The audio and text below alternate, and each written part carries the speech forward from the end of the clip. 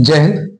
चलिए बच्चों, आज के इस वीडियो लेक्चर में हम लोग 60 आंसर टाइप क्वेश्चन के पार्ट 3 की बात करते हैं। और ये जो आपका पार्ट 3 होगा, यह इस टाइप क्वेश्चन का लास्ट लेक्चर होगा।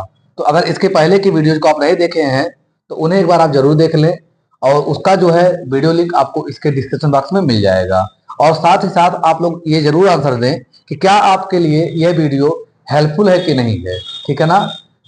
चलिए आज का ये लेक्चर स्टार्ट करते हैं। ठीक है ना। कौन सा है आपका लेक्चर? ये है आपका लेक्चर नंबर 3। ठीक है ना। कौन सा लेक्चर नंबर 3 है? देखिए, इसमें जो हमने क्वेश्चन लिया है सबसे पहले, वो क्वेश्चन कुछ इस प्रकार से है।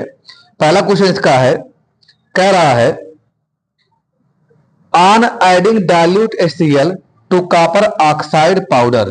क्या कह रहा क्वेश्चन में? कह रहा है on adding dilute HCl on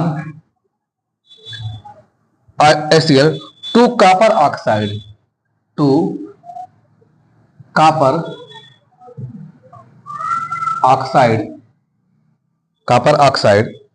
powder. Then आपका कामा है क्वेश्चन में। अगेन क्या कह रहा है?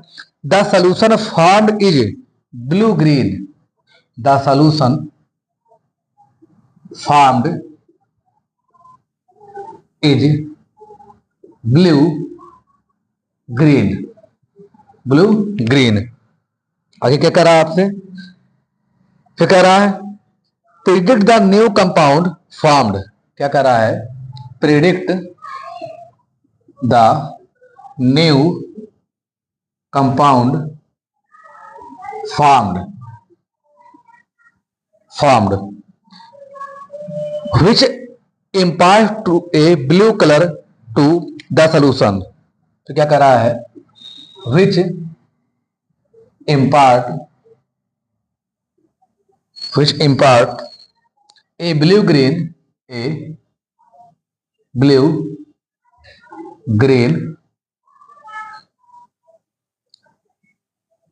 color to the solution।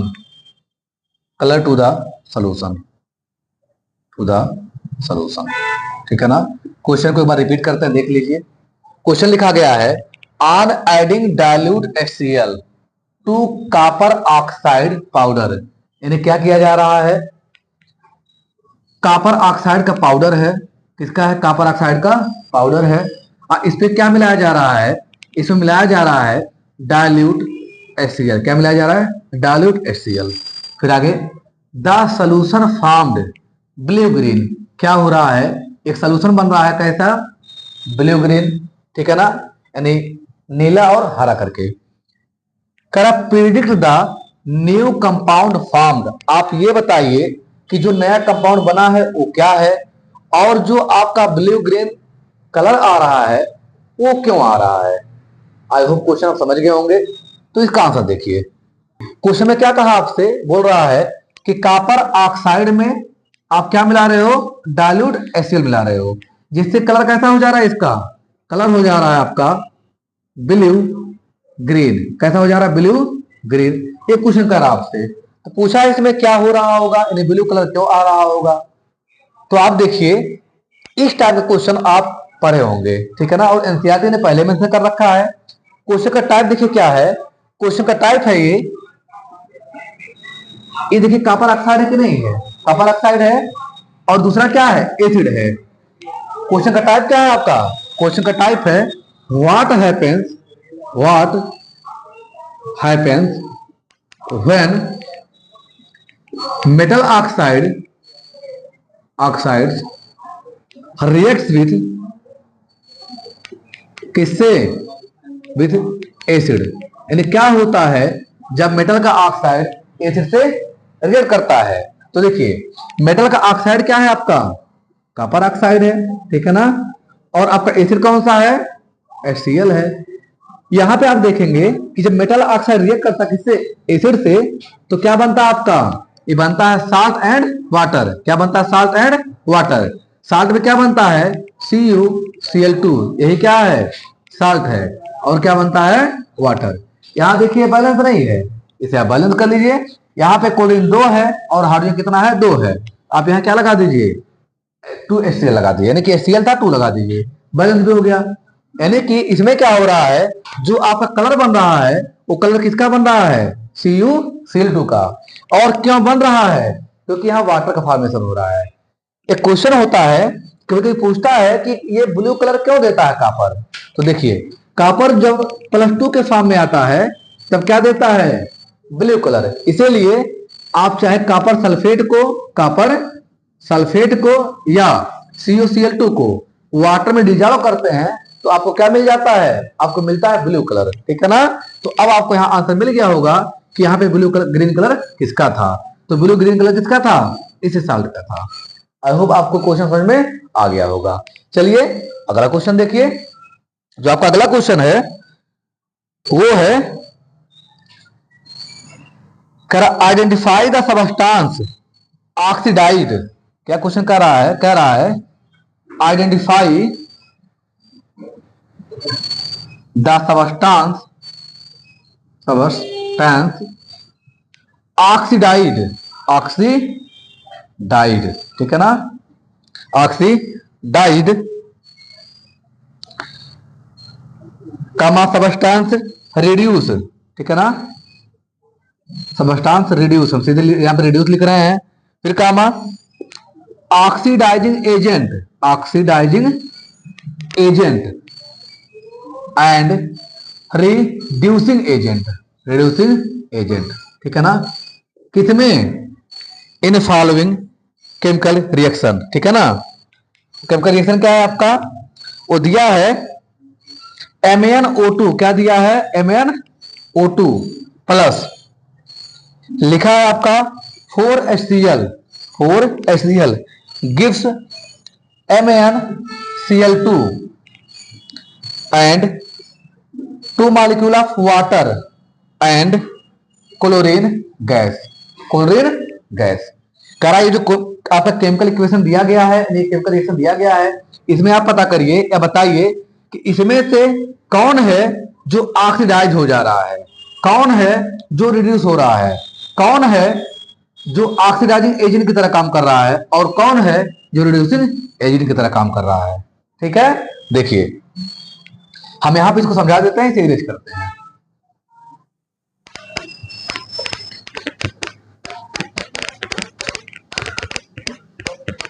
देखिए, इस आंसर को समझने के लिए पहले हमको यह समझना होगा कि ऑक्सीडेशन या रिडक्शन क्या होता है। ठीक है ना, ऑक्सीडेशन या रिडक्शन क्या होता है। देखिए, जब किसी भी केमिकल रिएक्शन में ऑक्सीजन ऐड होता है, क्या होता है, ऑक्सीजन ऐड होता है। ठीक है ना, ऐड, या हाइड्रोजन रिमूव होता है, क्या होता है, रिमूव। तो इसका मतलब यह होता है कि वहां जो हुआ है वो हुआ है ऑक्सीडेशन। क्या हुआ है, ऑक्सीडेशन। और अगर ऑक्सीजन या हाइड्रोजन नहीं दिख रहा है तो वहां लॉस ऑफ इलेक्ट्रॉन होता है। क्या होता है, लॉस ऑफ इलेक्ट्रॉन, यानी इलेक्ट्रॉन लॉस होता है। 3 कंडीशन है, अगर किसी केमिकल रिएक्शन में किसी के साथ किसी कंपाउंड में या तो ऑक्सीजन ऐड हो रहा है, या हाइड्रोजन रिमूव हो रहा है, या इलेक्ट्रॉन लॉस हो रहा है, तो इसका मतलब क्या है, वहां ऑक्सीडेशन हो रहा है। और अगर इसका जस्ट अपोजिट हो रहा है, मींस ऑक्सीजन क्या हो रहा है, लॉस, ऑक्सीजन क्या हो रहा है, लॉस, हाइड्रोजन क्या हो रहा है, ऐड, और इलेक्ट्रॉन क्या हो रहा है, गेन, तो वहां क्या हुआ है, वहां हुआ है आपका रिडक्शन हुआ है। क्या हुआ है, रिडक्शन। ठीक है ना, तो ऑक्सीडेशन और रिडक्शन आप समझ गए होंगे। अब देखिए, जिसका ऑक्सीडेशन होता है उसे कहते हैं रिड्यूसिंग एजेंट। क्या कहते हैं उसे, रिड्यूसिंग एजेंट। और जिसका रिडक्शन होता है उसे कहते हैं ऑक्सीडाइजिंग एजेंट। यानी जिसका ऑक्सीडेशन हुआ होगा वो क्या होगा रिड्यूसिंग एजेंट, यानी आर एजेंट होगा। और जिसका रिडक्शन हुआ होगा वो क्या होगा, ऑक्सीडाइजिंग एजेंट होगा। ठीक है ना, तो ये चीज आप समझ गए होंगे। अब यहां आइए देखिए, इसमें किसका क्या हुआ है। देखिए MnO2, यानी ये था आपका मैंगनीज का ऑक्साइड, इसके साथ देखिए इस तरफ यानी कि रिएक्शन साइड में ऑक्सीजन है, और इस साइड देखिए ऑक्सीजन है नहीं, यहां से ऑक्सीजन क्या हुआ है, रिमूव। इसका मतलब ये क्या हुआ है, इसका क्या हुआ है, रिडक्शन हुआ है। क्या हुआ है, रिडक्शन हुआ है। यानी कि मैंगनीज ऑक्साइड रिड्यूस हुआ है किसमें? मैग्नीज क्लोराइड में। और जो दूसरा है आपका, ये है आपका HCl, ये क्या हुआ है? ये आपका ऑक्सीडाइज हुआ है। क्या हुआ है? ऑक्सीडाइज हुआ है। तो जिसका ऑक्सीडेशन होता है वह कहलाता है रिड्यूसिंग एजेंट। क्या कहलाता है?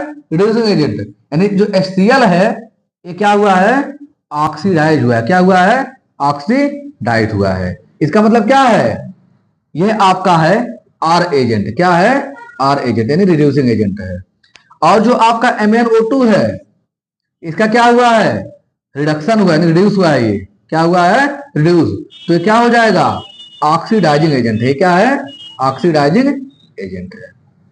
आई होप आपको ये क्वेश्चन समझ में आ गया होगा। और ये क्वेश्चन देखिए मैक्सिमम टाइम पूछा गया है, यानी बहुत इंपॉर्टेंट क्वेश्चन है ये। तो इसको एक बार ध्यान दे लीजिए आप, ठीक है ना। अजर्सन रीजन पूछता है और ऐसे ही पूछता है। आई होप आप ये दोनों क्वेश्चन समझ गए होंगे।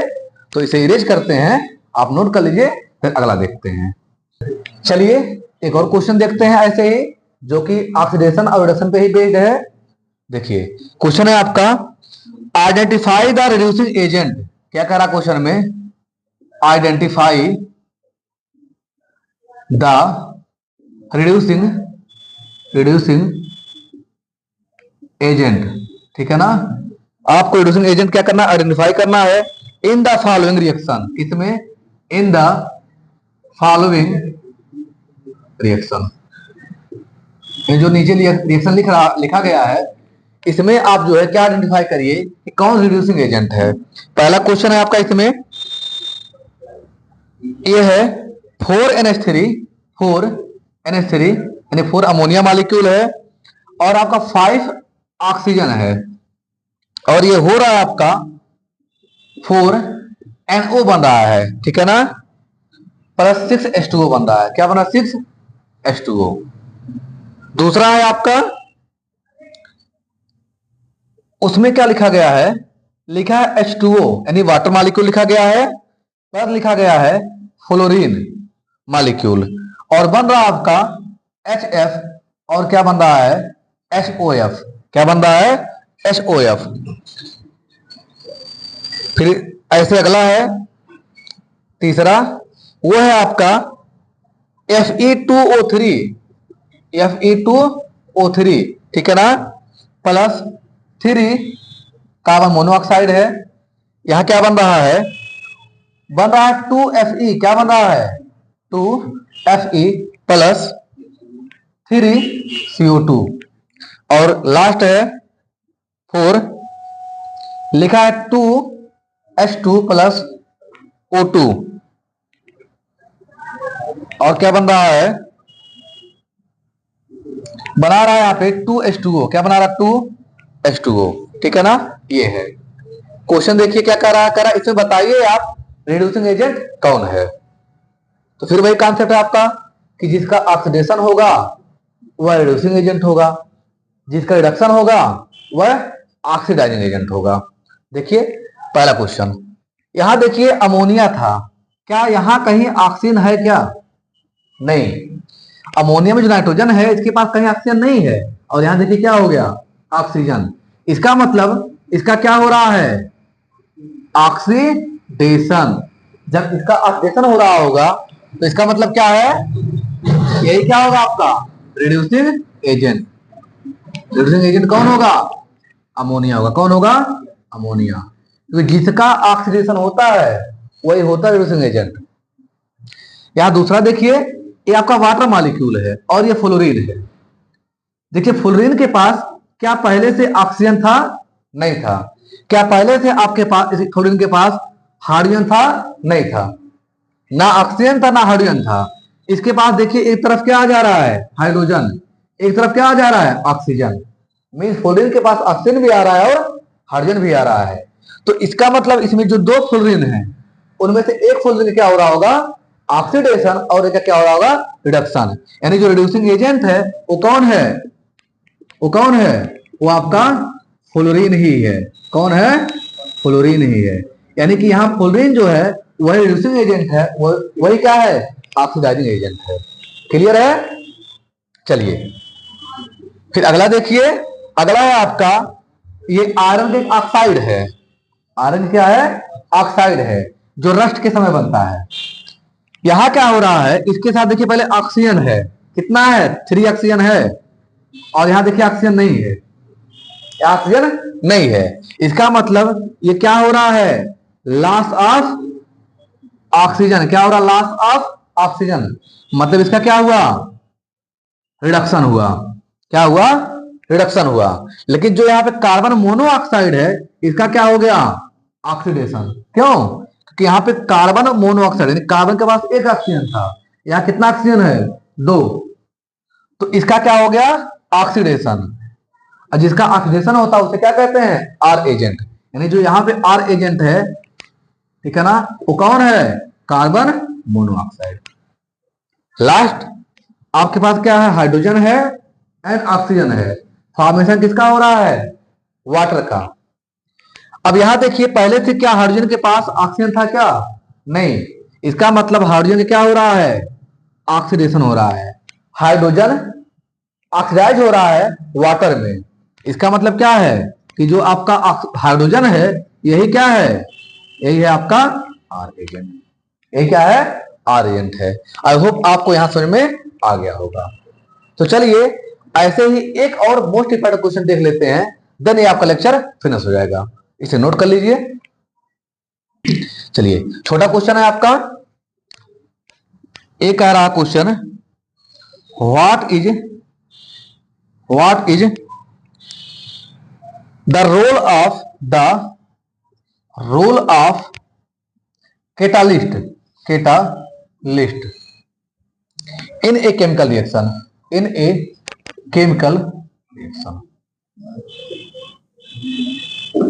किसी केमिकल रिएक्शन में एक कैटलिस्ट का रोल क्या होता है? किसका रोल? कैटलिस्ट का। तो देखिए यहाँ पे थोड़ा स्पेस है, हम यहीं पे आपको समझा देते हैं। देखिए, जो कैटलिस्ट होता है आपका, कैटलिस्ट, यह भी एक टाइप का केमिकल ही होता है, ठीक है ना। समटाइम एलिमेंट होता है और समटाइम आपका नॉर्मल केमिकल होता है, ठीक है ना, कोई मॉलिक्यूल होता है, ठीक है ना। ये कैटलिस्ट क्या करता है? यह रेट ऑफ रिएक्शन को इंक्रीज कर देता है। जैसे कोई रिएक्शन मान लीजिए हो रहा है और वह 4 घंटे में कंप्लीट हो रहा है, तो कैटलिस्ट क्या करता है? उसे कुछ मिनट में ही काम पूरा करवा देगा, ठीक है ना। क्या करेगा? उसको कुछ मिनट में ही पूरा करवा देगा। लेकिन कभी कभी ये क्या करता है? रेट ऑफ रिएक्शन को डिक्रीज भी करता है। जो रिएक्शन होना था 5 मिनट में, कैटलिस्ट डाल देंगे तो होगा 4 घंटे में।